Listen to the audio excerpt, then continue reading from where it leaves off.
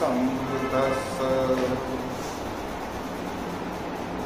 विश्ववंदनीय विश्वशांतिदूत प्रज्ञाशील समाधीचे उद्गाता महान करुणावान करुणेचा सागर तथागत सम्यक समबुद्ध, ज्या तथागताने संपूर्ण मनुष्य प्राण्यांच्या हितासाठी, सुखासाठी आणि कल्याणासाठी ज्या सद्धम्माची निर्मिती केली, तसा सद्धम्म, त्या सद्धम्माचा सातत्याने प्रचार आणि प्रसार करणारा सदा पूजनीय भिक्खू संघ, बुद्ध धम्म आणि संघ या महान तीन रत्नाची आम्हा सर्वांना माहिती करून देणारे, आम्हा सर्वांचा आधारस्तंभ, भारतीय घटनेचे शिल्पकार परमपिता बोधिसत्व गुणपेतम डॉक्टर बाबासाहेब आंबेडकर यांच्या धम्मक्रांतीमध्ये शेवटच्या श्वासापर्यंत समर्पित राहू। आजच्या या मंगलमय प्रसंगी उपस्थित सर्व श्रद्धासंपन्न उपासक उपासिका, बालक तथा बालिका, भगवंताचा सद्धम्म या संसारामध्ये जीवन जगत असताना सुखपूर्वक जीवन जगण्यासाठी आपल्याला सहाय्यक ठरत असतो। मनुष्याचं मन आणि मनामध्ये उत्पन्न होणारे जे काही विकार असतात, त्या विकाराला नष्ट करण्यासाठी, नाहीसं करण्यासाठी भगवंताचा पवित्र सद्धम्म सहाय्यक ठरत असतो।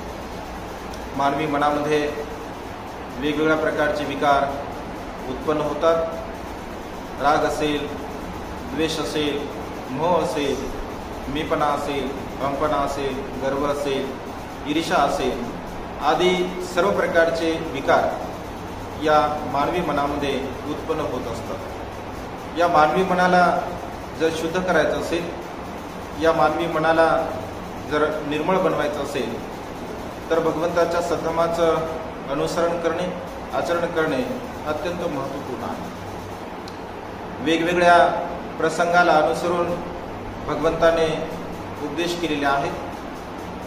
कधी कधी भगवंताला काही प्रश्न केले गेले, कधी कधी भगवंत स्वतःहून त्या मनुष्याकडे गेले, त्यांना उपदेश केला। असे अनेक उदाहरण आपल्याला बौद्ध साहित्यामध्ये पाहायला मिळतात। आज या मंगलमय प्रसंगी भगवंताच्या एका श्रेष्ठ उपदेशांचं अनुसरण तुम्हा सर्वांनी करावं। तुमच्या जीवनामध्ये तो उपदेश तुम्हाला लाभदायक ठरावा, या शुद्ध हेतूने भगवंताच्या एका श्रेष्ठ उपदेशांचं विश्लेषण तुम्हा सर्वांसाठी या ठिकाणी करण्याचा प्रयत्न करतो। पूर्वीच्या काळामध्ये आपण बघतो की भगवंतांचा जे वास्तव्य आहे, अनेक वेळापर्यंत, अनेक वर्षापर्यंत भगवंताने श्रावस्तीमध्ये वास्तव्य केलं। विशेष रूपाने भगवंताने या श्रावस्ती जेतवन विहारामध्ये 19 वर्षावास केलेले आहेत।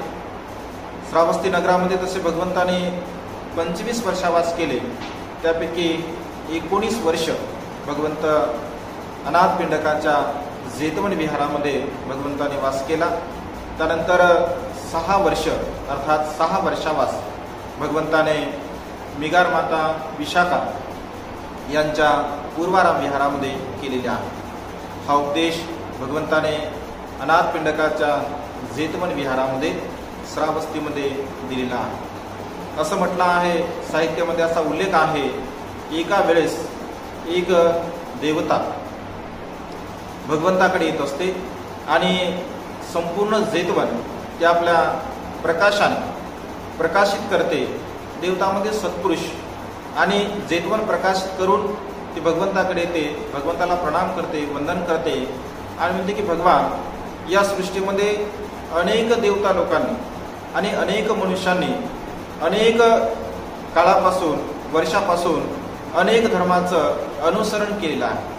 अनेक धर्माचं आचरण या सृष्टीमध्ये देवता लोकसुद्धा आणि मनुष्य लोकसुद्धा भगवान करत आहेत, परंतु भगवान खऱ्या अर्थाने योग्य मार्ग, सम्यक मार्ग, सदाचाराचा मार्ग अद्याप कुणालाही कळला नाही। भगवंतांना आम्ही विनंती करतो, भगवंताला याचना करतो की आमच्या हितासाठी, आमच्या सुखासाठी भगवंताने मंगलमय उपदेश करावा.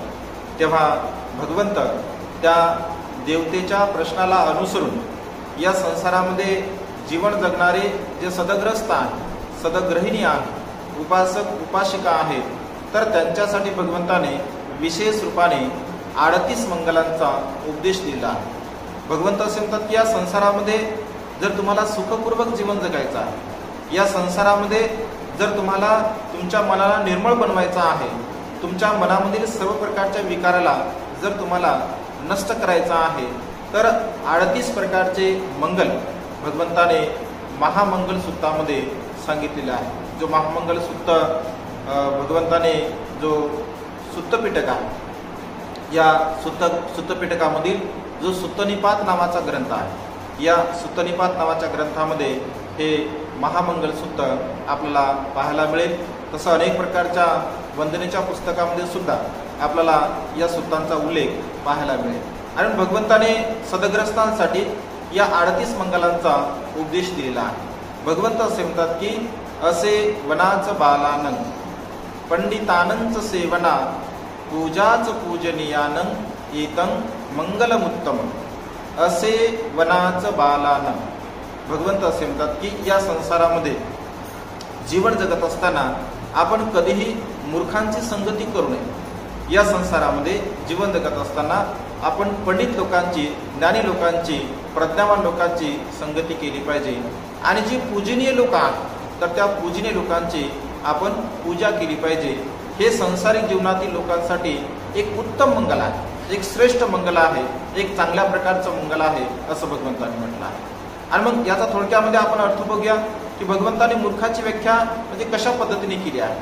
मूर्ख भगवंताला कोणाला म्हणतात किंवा मूर्खांचे लक्षण सांगत असताना भगवंत त्याचं विश्लेषण कशा पद्धतीने करतात, तर भगवंत असे म्हणतात की मूर्खांची व्याख्या करत असताना भगवंत असे म्हणतात की जो मनुष्य कायेने अकुशल कर्म करतो, वाचेने अकुशल कर्म करतो आणि मनाने अकुशल कर्म करत असतो.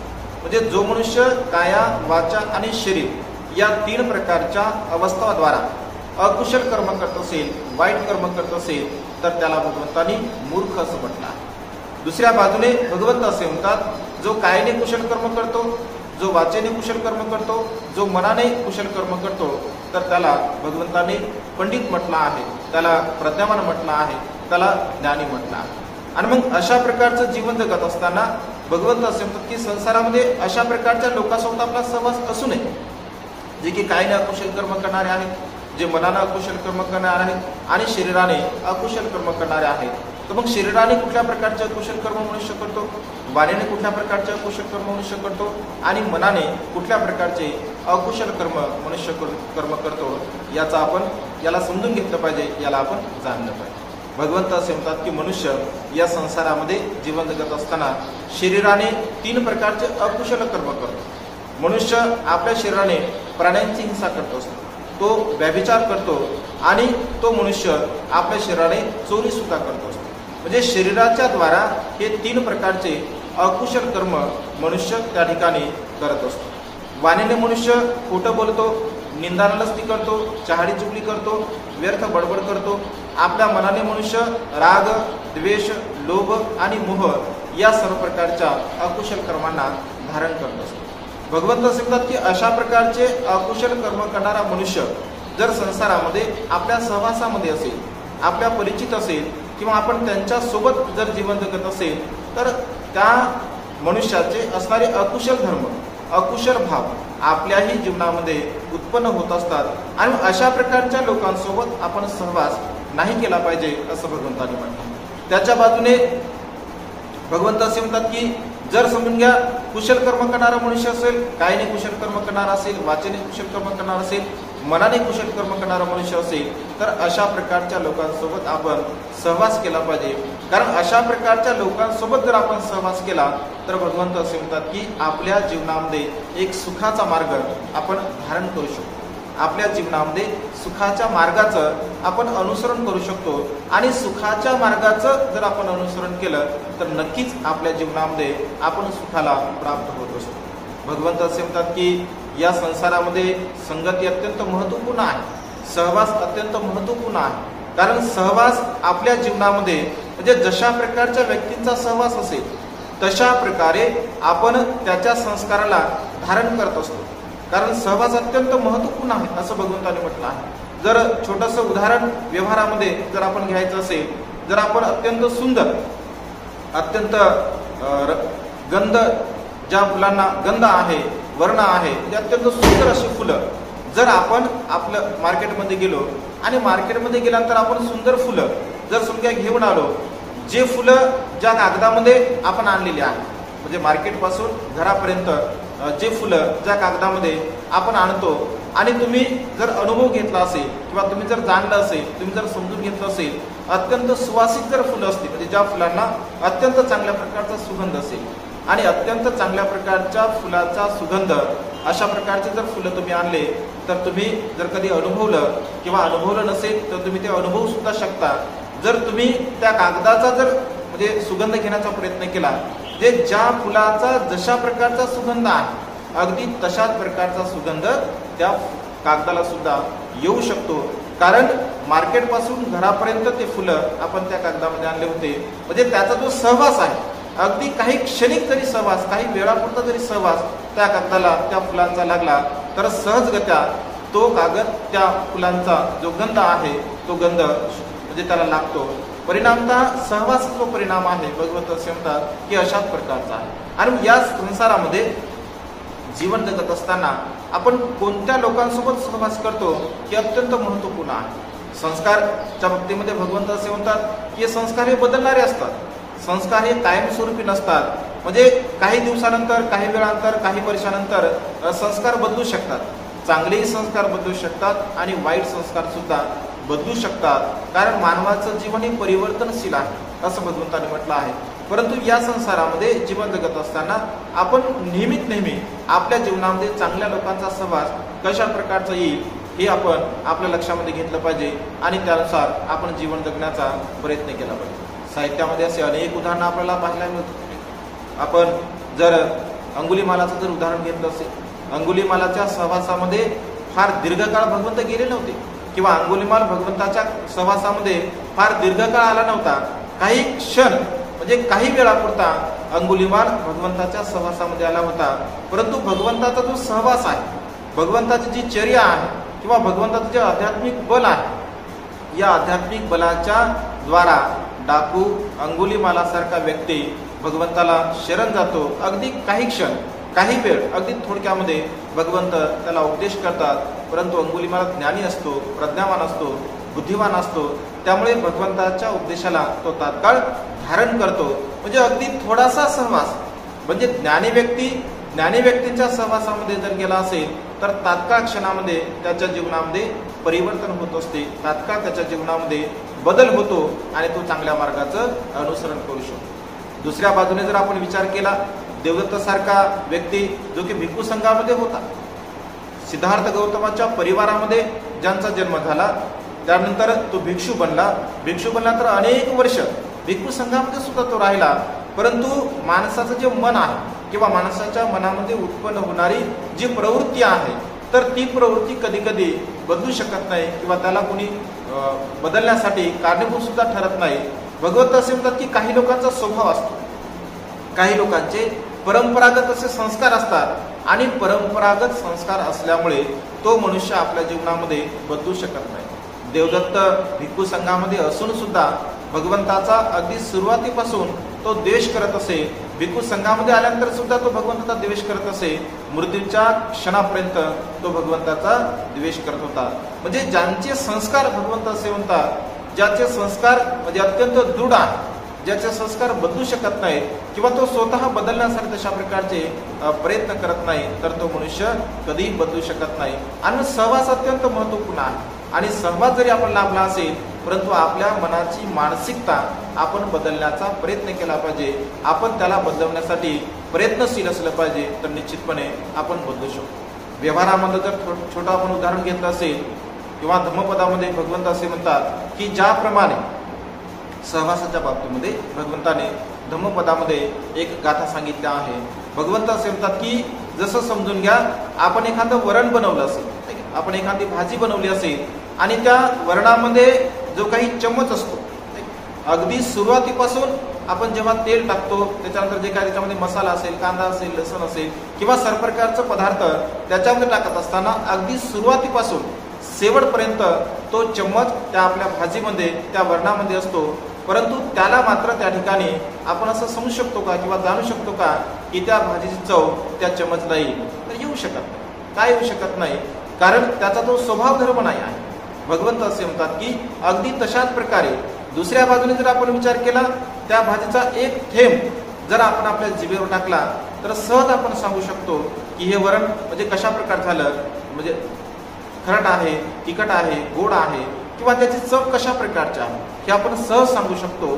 अगदी तशाच प्रकारे भगवंत असे म्हणतात की एखादा ज्ञानी व्यक्ती जे का त्या ज्ञानी व्यक्तीच्या सहवासामध्ये जातो तर तो सहज त्या ठिकाणी थोड्याशा सहवासामध्ये सुद्धा बदलू शकतो. परंतु एखादा मनुष्य रागयुक्त आहे, द्वेषयुक्त आहे, मोहयुक्त आहे किंवा अनेक प्रकारच्या विकाराने तो ग्रस्त आहे, तर तो मनुष्य कधीही आपल्या जीवनामध्ये बदलू शकत नाही असं भगवंताने म्हटलं आहे. आणि म्हणून या संसारामध्ये जीवन जगत असताना आपण नेहमी चांगल्या प्रकारच्या लोकांच्या सहवासामध्ये गेलं पाहिजे, प्रज्ञावान लोकांच्या आपण सहवासामध्ये राहिलं पाहिजे. अशा प्रकारच्या लोकांच्या सहवासामध्ये राहिल्यामुळे आपल्या जीवनामध्ये आपल्याला सुख प्राप्त होते असं भगवंताने म्हटलं. त्याच्या समोर भगवंत असे म्हणतात की पूजाचं पूजनीयान, म्हणजे पूजनीय लोकांची आपण पूजा केली पाहिजे. म्हणजे जे पूजनीय आहेत, मग पूजनीय सांगत असताना भगवंत काय म्हणतात की सर्वात अगोदर जर पूजनीय आपल्या जीवनामध्ये जर कोणी असेल तर भगवंत असे म्हणतात की माता पिता आपली पूजनीय आहे. कारण मातापित्यांनी आपल्याला जन्म दिला असतो, मातापित्यांनी आपला सांभाळ केला असतो आणि मातापित्यांनी जन्म दिल्यामुळे, आपला सांभाळ केल्यामुळे, आपल्यावरती चांगले संस्कार त्यांनी दिले असल्यामुळे सर्वात पूजनीय आपले मातापिता असतात. त्याच्यानंतर आपले गुरुजन असतात की जे आपल्याला चांगल्या प्रकारे जीवन जगण्याची कला शिकवत असतात. त्याच्यानंतर सुखपूर्वक मार्ग सांगण्यासाठी आपल्या घरामध्ये जे काही वडीलधारी लोक असतात तर त्यांची सुद्धा आपण पूजा केली पाहिजे. पूजा म्हणजे सन्मान केला पाहिजे, त्याचा आदर केला पाहिजे. जे सन्मान आणि आदर याला भगवंतांनी पूजा असं म्हटलं आहे. त्याच्यानंतर जे काही आपले धर्मगुरू असतात जे की आपल्याला म्हणजे दुःखमुक्तीचा मार्ग सांगत असतात, आपल्याला सुखाचा मार्ग सांगत असतात, चांगल्या मार्गाला नेण्यासाठी, चांगल्या मार्गाला लावण्यासाठी ते सतत प्रयत्नशील असतात. तर अशा प्रकारच्या धर्मगुरूचा सुद्धा आपण सन्मान केला पाहिजे, त्यांची पूजा केली पाहिजे, त्यांचा आदर केला पाहिजे. म्हणजे अशा प्रकारे पूजनीय लोकांची आपण पूजा केली पाहिजे. या पहिल्या मंगलामध्ये, पहिल्या गाथेमध्ये भगवंताने अशा प्रकारचा उपदेश दिला आहे. दुसऱ्या गाथेमध्ये भगवंत असे म्हणतात की पती रूप देशवासोच उभेच कतपुय्यता, म्हणजे या संसारामध्ये अनुकूल स्थळी म्हणजे योग्य स्थळी वास केला पाहिजे, योग्य स्थळी आपण वास्तव्य केलं पाहिजे, योग्य स्थळी आपण राहिलं पाहिजे. या संसारामध्ये भगवंत असे म्हणतात की म्हणजे स्थळ अत्यंत महत्वपूर्ण आहे, अनुकूल स्थळ अत्यंत महत्वपूर्ण आहे. या संसारामध्ये जीवन जगत असताना आपण कुठे राहतो, आपण कुठे वास्तव्य करतो, आपला वास कुठे आहे हे सुद्धा अत्यंत महत्वपूर्ण आहे असं भगवंताने म्हटलं आहे. जर तुम्हाला सुखपूर्वक जीवन जगायचं असेल तर तुमच्या जिथे तुम्ही वास्तव्य करता, जिथे तुम्ही राहता, ज्या परिसरामध्ये तुम्ही जीवन जगत असता तर त्या परिसरातील लोक अत्यंत धार्मिक असले पाहिजे, अत्यंत शीलवान असले पाहिजे, अत्यंत गुणवान असले पाहिजे. म्हणजे चांगल्या प्रकारचं अनुसरण करणारे त्या ठिकाणी लोक असले पाहिजे असं भगवंताने म्हटलं आहे. आणि अशा ठिकाणी आपण वास्तव्य केलं पाहिजे. जर आपल्या शेजारी पाजारी जर अकुशल कर्म करणारे लोक असतील, वाईट कर्म करणारे लोक असतील किंवा त्यांचे जे काही स्वभाव आहे तर तो चांगल्या प्रकारचा नसेल तर तिथे सुखपूर्वक आपण राहू शकत नाही. भगवंत असेल तर की तिथे आपण सुखपूर्वक राहू शकत नाही. मग सुखपूर्वक जर आपल्याला राहायचं असेल तर आपण अनुकूल स्थळ सुद्धा त्या ठिकाणी धारण केलं पाहिजे, अनुकूल ठिकाणी सुद्धा आपण वास्तव्य केलं पाहिजे. आणि भगवंत असे म्हणतात की अनुकूल स्थळ आपण शोधलं पाहिजे, अशा प्रकारच्या ठिकाणी आपण वास्तव्य केलं पाहिजे. आणि तशा प्रकारचं जर आपण वास्तव्य करत असेल तर विशेष रूपाने भिक्खू संघाच्या बाबतीमध्ये भगवंत असे म्हणतात की अनुकूल स्थळी विहार असावं. आहे की नाही, विहाराच्या बाबतीमध्ये आपण विचार करतो की अनुकूल स्थळी विहार असावं. म्हणजे जिथे विहार असताना, जिथे भिक्खू संघ वास्तव्य करत असताना, जिथे भगवंत वास्तव्य करत असताना कुठल्याही प्रकारची तिथे अडचण नसावी, कुठल्याही प्रकारचा गोंधळ नसावा, कुठल्याही प्रकारचं भांडण तंट नसावं किंवा कुठल्याही प्रकारची समस्या तिथे उत्पन्न होऊ नये. अशाच प्रकारच्या ठिकाणी पूर्वीच्या काळामध्ये आपल्याला विहाराची निर्मिती पाहायला मिळते.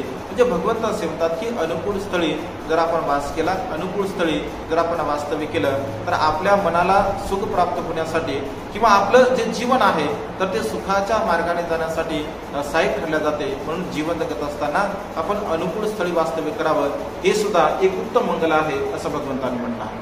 पुब्बेच कतपुण्यता, समोरचं मंगल सांगत असताना भगवंत असे म्हणतात की पुब्बेच कतपुण्यता, पूर्व कर्माचा संचय म्हणजे पुण्याचा संचय आपल्यासोबत असणं अत्यंत गरजेचं आहे. या संसारामध्ये जीवन जगत असताना भगवंत असे म्हणतात की वर्तमान काळामध्ये तर आपण चांगले कर्म करतच असतो किंवा वर्तमान काळामध्ये तर आपण चांगले कर्म केलेच पाहिजे, परंतु पूर्व संचित पुण्यकर्म सुद्धा आपल्याकडे असले पाहिजे. जर पूर्व संचित पुण्यकर्म जर आपल्याकडे असेल तर सुखपूर्वक जीवन जगण्यासाठी आपल्याला सहाय्यक ठरता येतं किंवा ते पुण्यकर्म आपल्या जीवनामध्ये आपल्याला मदत करत असतात.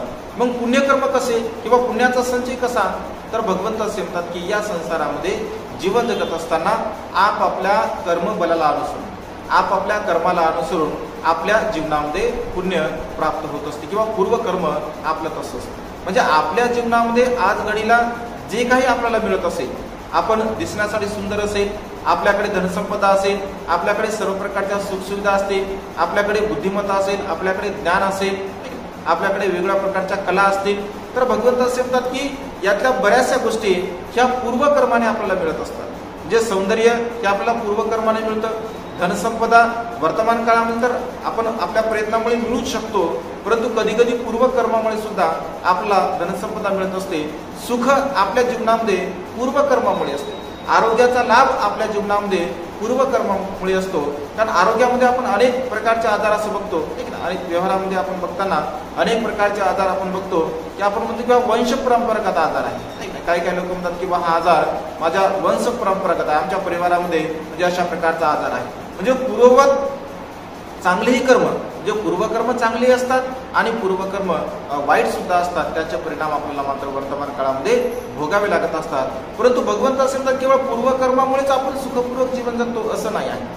कधी कधी पूर्वकर्म जर आपले अकुशल असतील, पूर्वकर्म जर वाईट असतील, तरी सुद्धा आपण वर्तमान काळामध्ये जर चांगल्या प्रकारचे प्रयत्न केले, वर्तमान काळामध्ये जर सम्यक मार्गाचं आपण अनुसरण केलं, वर्तमान काळामध्ये जर सदाचारयुक्त आपण जीवन जगलं, वर्तमान काळामध्ये जर आपण प्रयत्नशील असेल, आपण मेहनत करत असेल, कष्ट करत असेल, तर निश्चितपणे आपल्या जीवनामध्ये असणारी जी अवस्था आहे या सर्व प्रकारच्या अवस्थेला आपण नष्ट करू शकतो, त्याला बदलवू शकतो आणि पुन्हा आपल्या जीवनामध्ये सुखाची अवस्था आपण प्राप्त करू शकतो.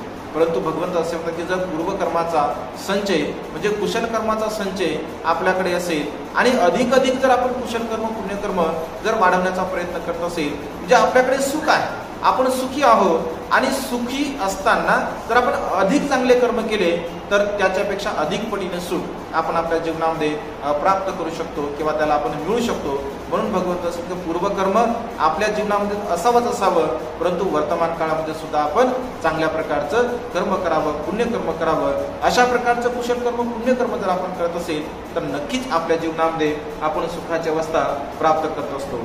त्याच्यानंतर भगवंत असे म्हणतात की अत्त समापनिधीच म्हणजे मानवी जे आपलं मन आहे तर या मनाला आपण नेहमी सन्मार्गावरती लावलं पाहिजे.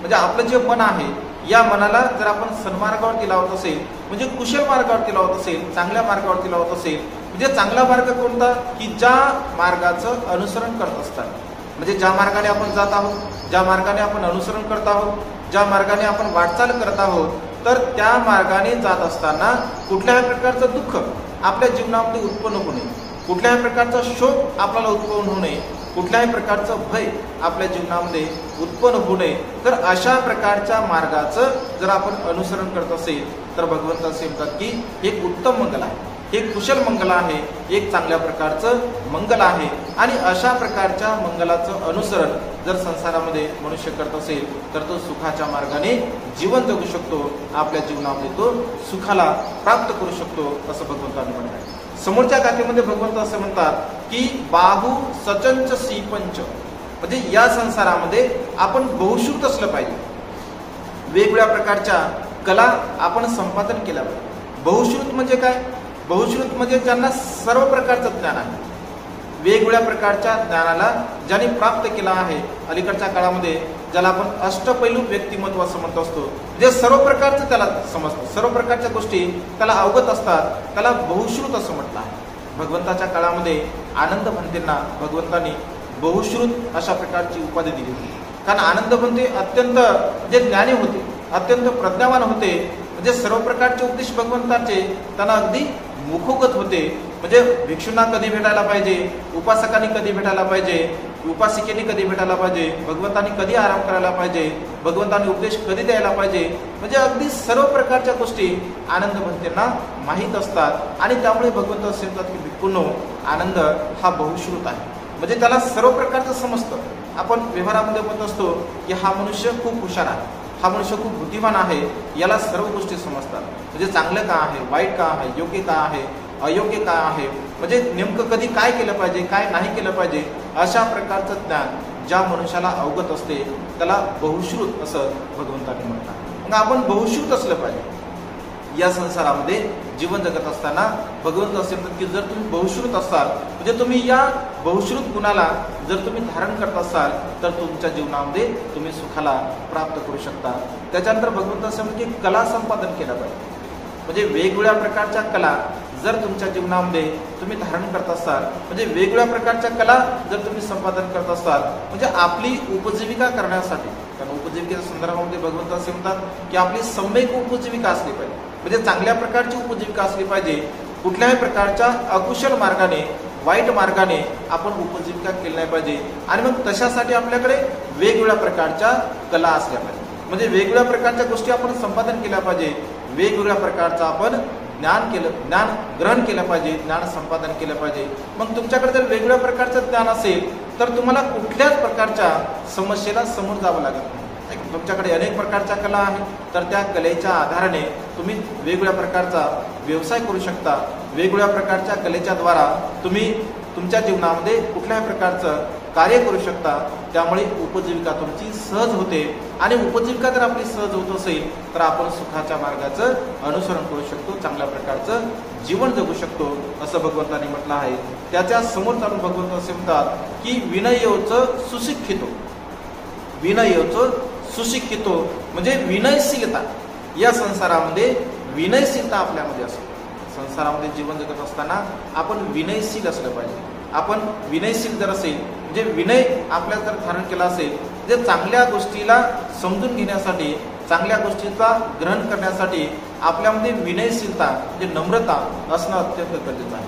म्हणजे जीवनाला जर आपल्या आचारसंहिता असेल, जीवनाला जर आपला विनय असेल, जीवनाला विनय नसेल, आचारसंहिता नसेल तर मनुष्याचं जीवन हे सैरावैरा असते. म्हणजे कुठल्याही प्रकारे तो सैरावैरा प्रकारचे अकुशल कर्म करतो, कुठल्याही मार्गाचं तो अनुसरण करत असतो.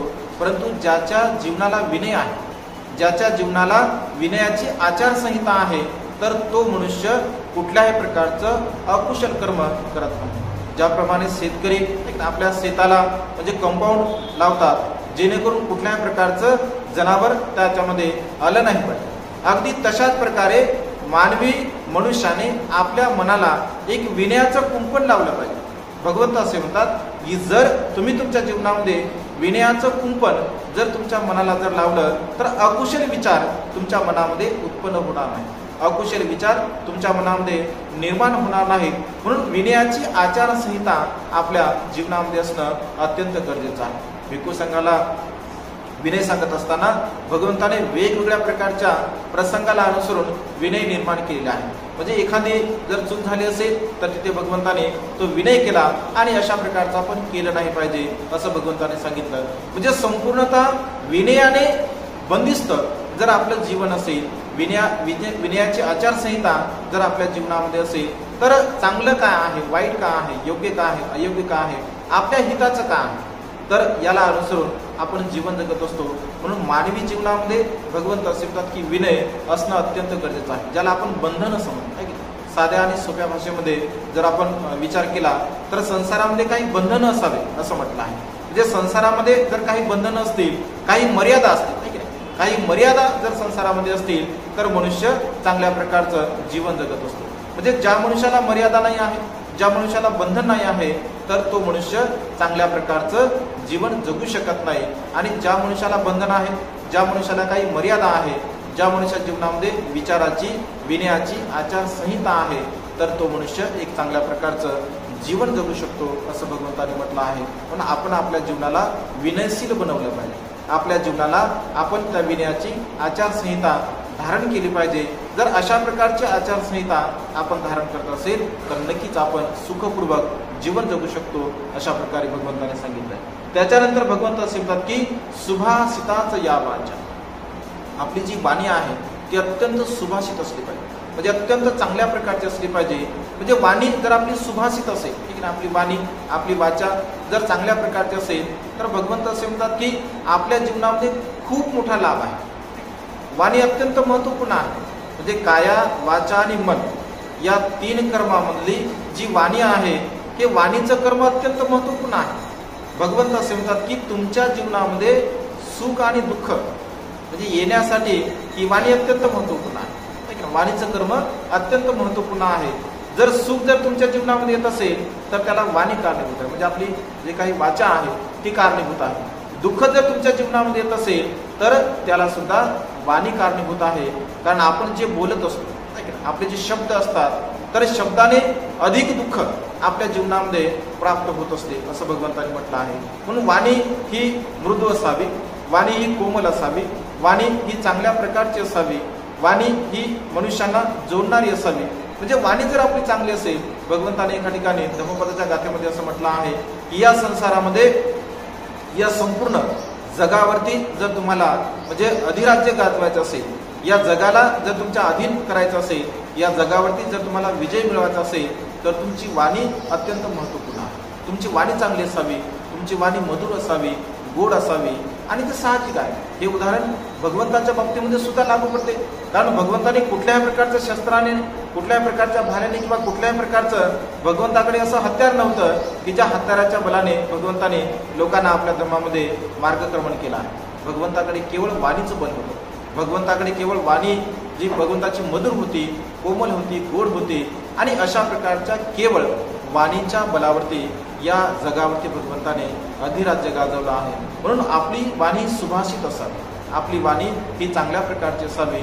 वाणी जर सुभाषित असेल, वाणी जर चांगली असेल तर या संसारामध्ये आपल्या जीवनामध्ये उत्पन्न होणाऱ्या अधिक दुःखाला आपण नष्ट करू शकतो, नाहीसं करू शकतो. कारण व्यवहारामध्ये आपण बघतो की जर दुःख आपल्या जीवनामध्ये जर अधिक उत्पन्न होत असेल तर वाणीमुळे उत्पन्न होत असते. एक शब्द जर आपल्याला कोणी बोलला तर लगे आपण 2 शब्द बोलतो, 2 शब्द जर कोणी बोललं तर आपण 4 शब्द बोलतो. म्हणजे अशा प्रकारे शब्दाने शब्द वाढत राहतो आणि त्या ठिकाणी वैरत्वाचा भाव, द्वेषाचा भाव निर्माण होत असतो. आणि त्यामुळे भगवंत असे म्हणतात की संयमशीलता अत्यंत महत्वपूर्ण आहे. आपल्या वाणीवरती संयम अत्यंत महत्वपूर्ण आहे. वाचाय सौरव साधू असं भगवंतांनी म्हटलं. म्हणजे वाचेचा संयम हा सुखपूर्वक आहे, वाचेचा संयम हा चांगल्या प्रकारचा आहे.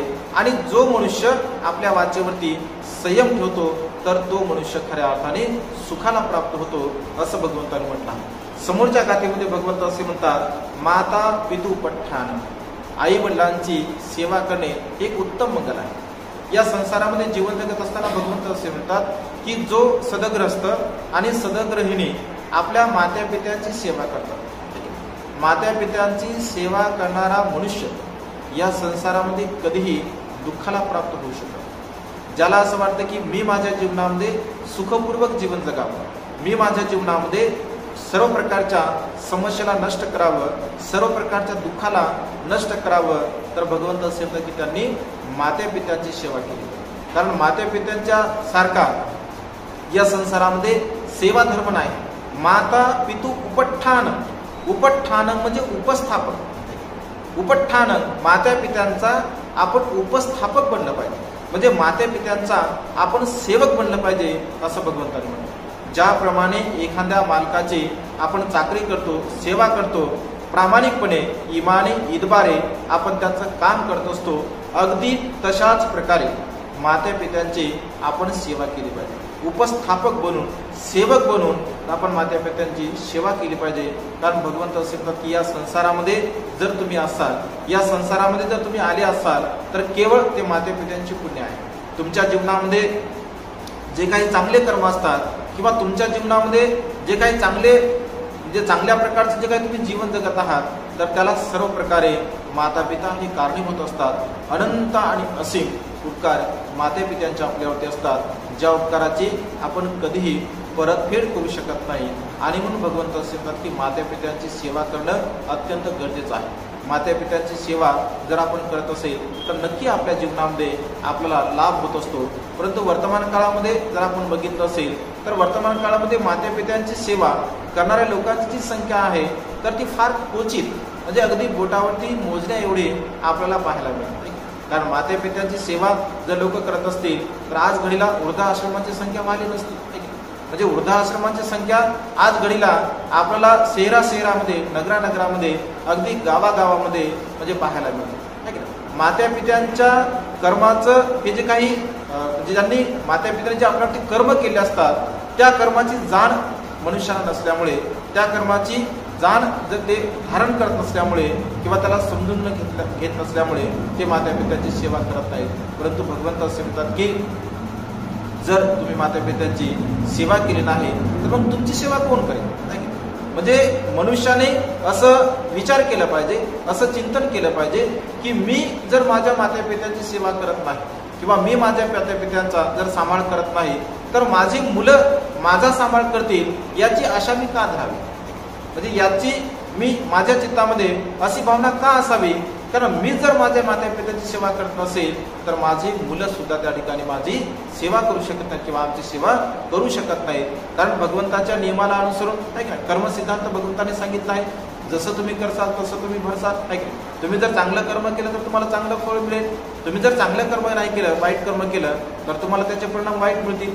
आणि म्हणून या संसारामध्ये भगवंत असे म्हणतात तुम्ही तशा प्रकारचं एक परंपरा घालून दिली पाहिजे, एक आचारसंहिता तुमच्या घरामध्ये घालून दिली पाहिजे आणि आपण आपल्या माता पित्यांची खूप चांगल्या प्रकारे सेवा केली पाहिजे. त्याचा अर्थ आपली मुलं बाळ सुद्धा आपली चांगल्या प्रकारे सेवा करू शकतात. आणि अशा प्रकारची सेवा करणारा मनुष्य भगवंत असे म्हणतात या संसारामध्ये तो कधीही दुःखाला प्राप्त होऊ शकत नाही, तो कधीही दुःख आपल्या जीवनामध्ये निर्माण करू शकत नाही. कारण माता पित्यांचा मैत्रीभाव, माता पित्यांची करुणा, माता पित्यांचा जे काही मंगल भाव आहे किंवा माता पित्यांचा जो काही आशीर्वाद आहे तर तो त्या मनुष्याला प्राप्त होत असतो. आणि माता पित्यांसारखं मंगलमैत्री, माता पित्यांसारखा आशीर्वाद या जगामध्ये अन्य कोणीही देऊ शकत नाही. कारण माता पित्यांचं मन हे निर्मळ असते, अगदी पाण्यासारखं अत्यंत शुद्ध असते, पवित्र असते. माता पित्यांचं मन शुद्ध असल्यामुळे आपल्या मुलांच्या प्रती, आपल्या आपतेष्टांच्या प्रती त्यांच्या मनामध्ये अनंत करुणा असते, अनंत मुदिता असते, अनंत उपेक्षा असते, अनंत मैत्रीभाव असतो, ज्या सद्गुणाची आपण तुलना करू शकत नाही. अशा प्रकारच्या अनंत गुणाने माता पित्यांचं मन भरलेलं असते. आणि त्यामुळे कोणाचेही माता पिता अगदी कितीही वाईट मुलगा असेल, किती वाईट वळणाला लागला असेल किंवा किती अकुशल कर्म करत असेल तरी सुद्धा त्याचे माता पिता मात्र त्याच्याविषयी कधीही वाईट विचार करत नाही. आपण अंगुलीमालाचं उदाहरण बघतो. अंगुलीमालाला 999 त्यांनी हत्या केल्या आणि 1000 त्याला म्हणजे 1000 बळी पूर्ण करायचे होते, 1000 लोकांची हत्या त्याला करायची होती. 9,099 लोक जेव्हा येतात, म्हणजे 999 लोक जेव्हा तो मारतो, एक व्यक्ती फक्त त्याला मिळत नाही. अनेक दिवस तो वाट पाहतो परंतु मिळत नाही. आणि शेवटी तो विचार करतो आता मी माझ्या मातेला म्हणजे मातेकडे गेलं पाहिजे, कारण माझी माता मला भिणार नाही. कारण सगळे लोक मला भीत आहेत. कारण माता पिता हे कधी आपल्या मुलाला भीत नसतात. माता पित्यांना आपल्या मुलाची कधी भीती वाटत नाही. आणि कितीही तो वाईट असेल, किती तो अकुशल कर्म करणार असेल, अगदी तो किती गुंड प्रवृत्तीचा व्यक्ती जरी असेल तरी सुद्धा त्याचे माता पिता त्याच्या प्रती द्वेष करत नाहीत. कारण माता पित्यांचं मन हे अत्यंत करुणामय असते, अत्यंत मैत्रीयुक्त असते.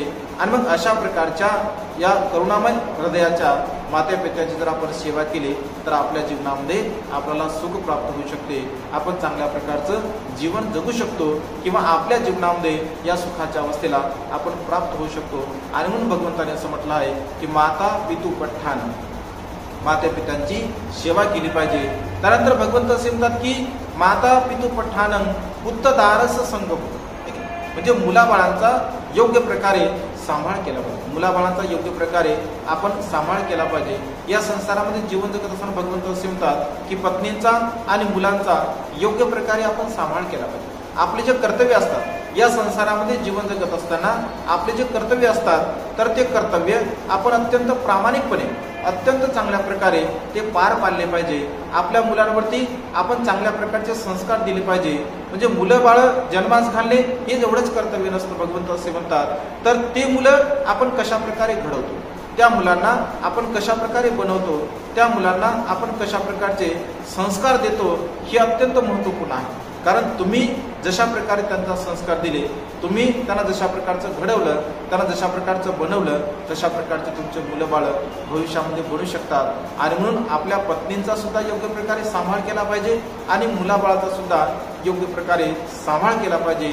हे सुद्धा एक उत्तम मंगल आहे, चांगल्या प्रकारचं मंगल आहे असं भगवंताने म्हटलं आहे। आणि त्यानंतर भगवंत असे म्हणतात की अनाकुलाच कमंता, म्हणजे व्यवस्थितपणे या संसारामध्ये चांगल्या प्रकारचे कर्म केले पाहिजे।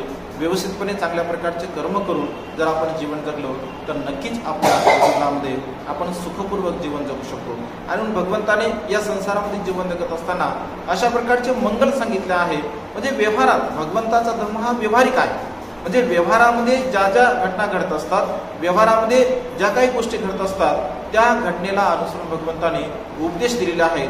बाकीचे जे काही उपदेश आहेत किंवा बाकीचे जे काही मंगल आहेत तर ते आपण दुसऱ्या धम्मदेशनेला या ठिकाणी बघणार आहोत। आजच्या या मंगलमय प्रसंगी आजची धम्मदेशना इथे समाप्त करतो। सर्वांचं मंगल हो, सर्वांचं कल्याण हो, सर्वांना दीर्घायुष्य।